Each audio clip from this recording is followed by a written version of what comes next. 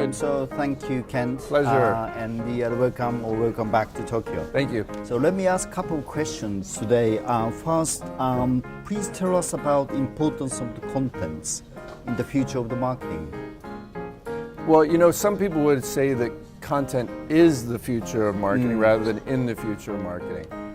Because more and more brands are realizing that they've got a story to tell that involves lots of different forms.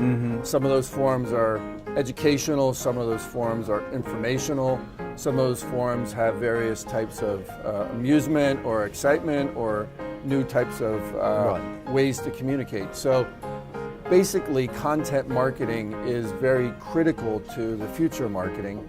And the question right now is, how good are marketers at making content? They're used to making commercial messages. Yes, it's a challenge because they've grown up in a world where they're used to 15 or 30-second formats. On the web, when it's unlimited, potentially, it all depends upon how interesting you can keep it. It is. So the opportunity is incredibly wide today, but the challenges therefore are bigger. So it's both an opportunity and a challenge. Okay, thank you.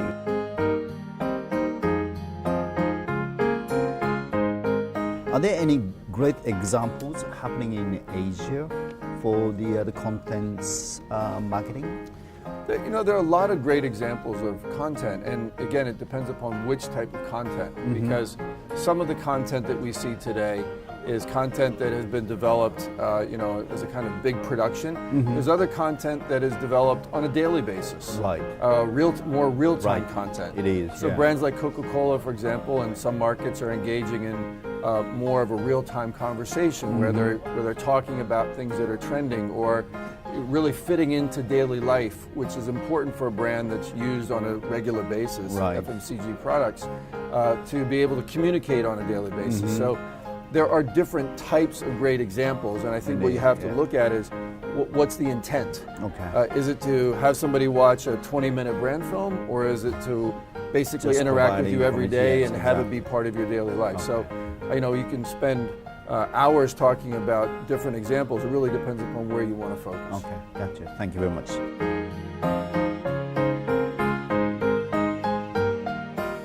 My last question about social media. Right.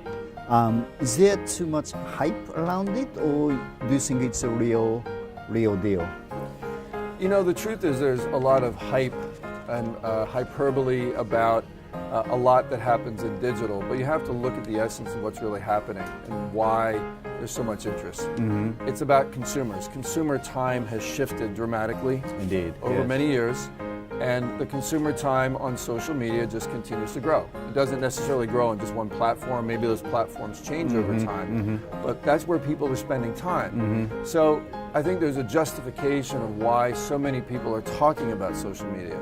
I think within social media, there's potentially some hype around certain areas like likes. What's a like worth? So the question that many marketers are saying is, well, I get so many likes, or I have so many, what's that? Facebook fans. What is that worth to me? And so I think the conversation has moved on to a more mature conversation about what is social media really delivering. Our view is that it's not simply about the topical things and the likes, but actually a real potential engagement tool, because that's where people are spending their time. So that's where brands can interact and talk with consumers. So it's deserving of the interest it receives. Within it, you have to look at what's the real conversation you need to have. Okay. Thank you very much. My pleasure.